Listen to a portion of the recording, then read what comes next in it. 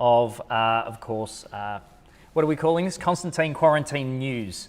The date today is Thursday, the 19th of March, 2020, and I wanted to give you a little bit of an update of some of the things I've seen over the last couple of hours, or 24 hours, regarding the interesting situation we're in with COVID-19.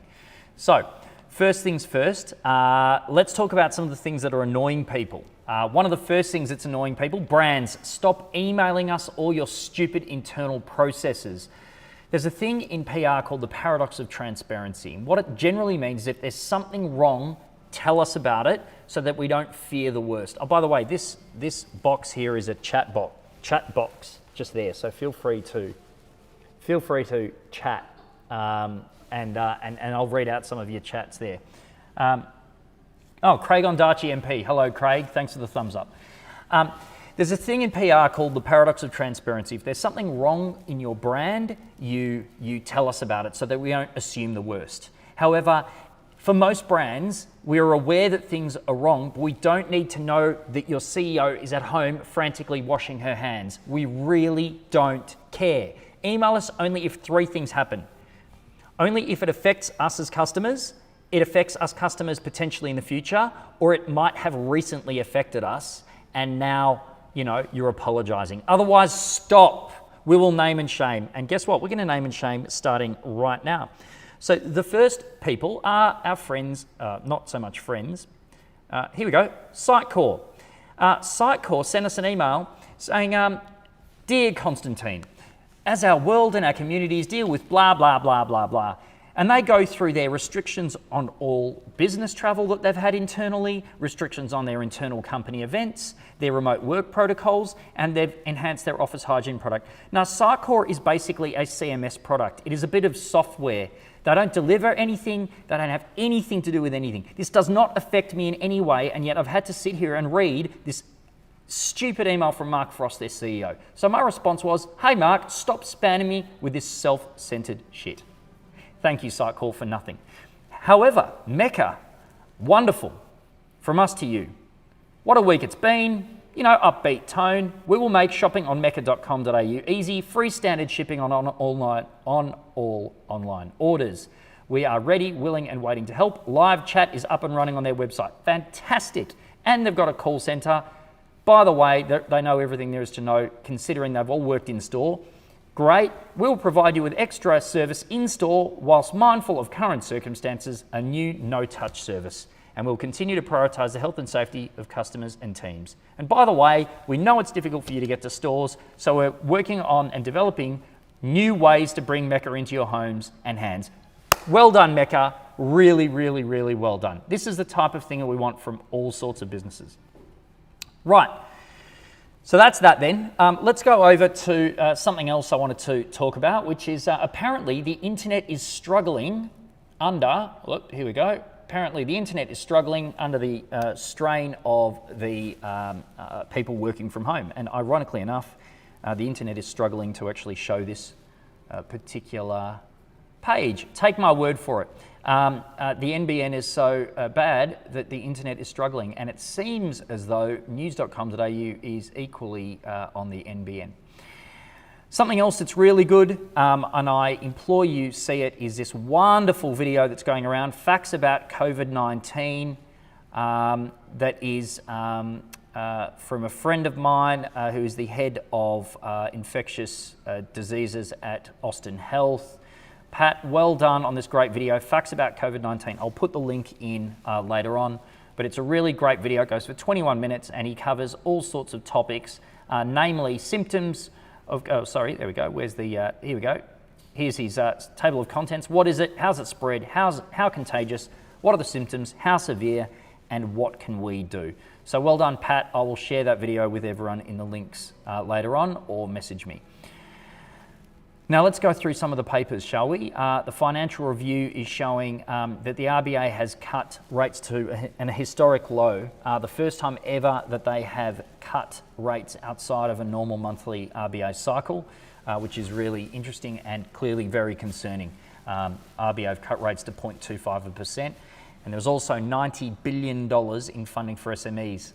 Now, this is interesting.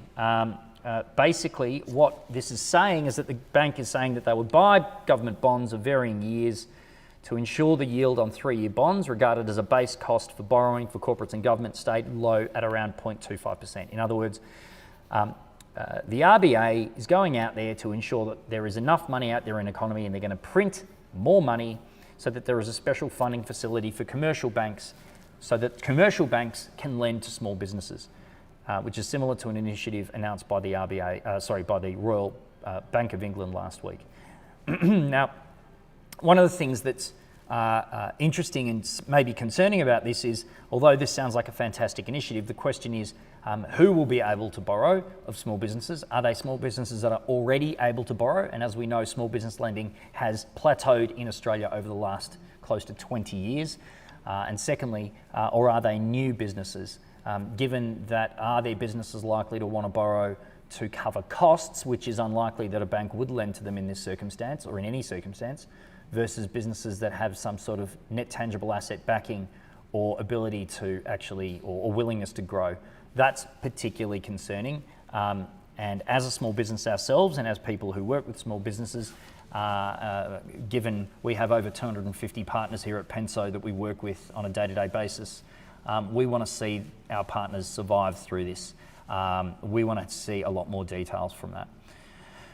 The Australian is obviously running the new news that's happened just recently, that non-citizens are banned from entering Australia. So not self-isolated, not quarantined, but dead set banned. By the way, if anyone would like to see any other news covered or any opinion, feel free to text through. For those of you that don't have my number, you can message or chat. But yeah, real issues there with non-citizens being banned from entering Australia. We've also seen today that Tasmania has closed its borders, with potentially WA and the Northern Territory equally looking to close their borders. And New Zealand has also closed their borders to non-citizens. Again, we're starting to see some more extreme measures in place to flatten the curve. There is something happening at news.com.au because we have pipe internet, and what I'm trying to do is show you some news.com.au sites, and they are not working. So clearly there is an issue with hosting there at News. Anyone who works for News, talk to your head of IT because something's clearly not happening there. Let's go over to Fairfax, shall we? And Fairfax are running with the, I guess, relatively predictable and very sad update that restaurants, pubs and venues face a devastating 6 months of trade. It's particularly scary, but what we're starting to see is some creativity around the way in which some of these venues are trying to service their clients.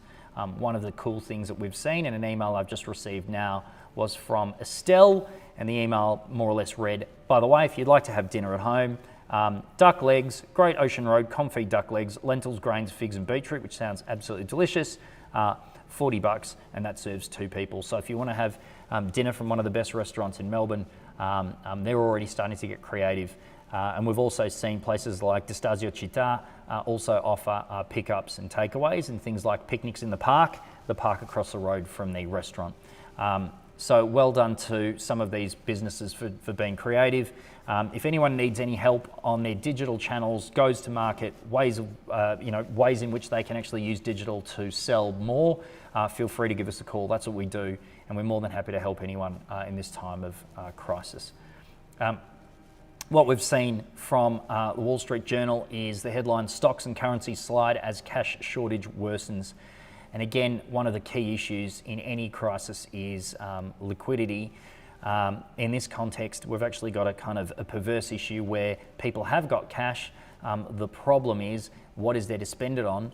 And do they actually want to spend it, given that they are potentially looking at 6 months of plus or unseeable future of real issues. So what we've actually seen is the velocity of money dropping.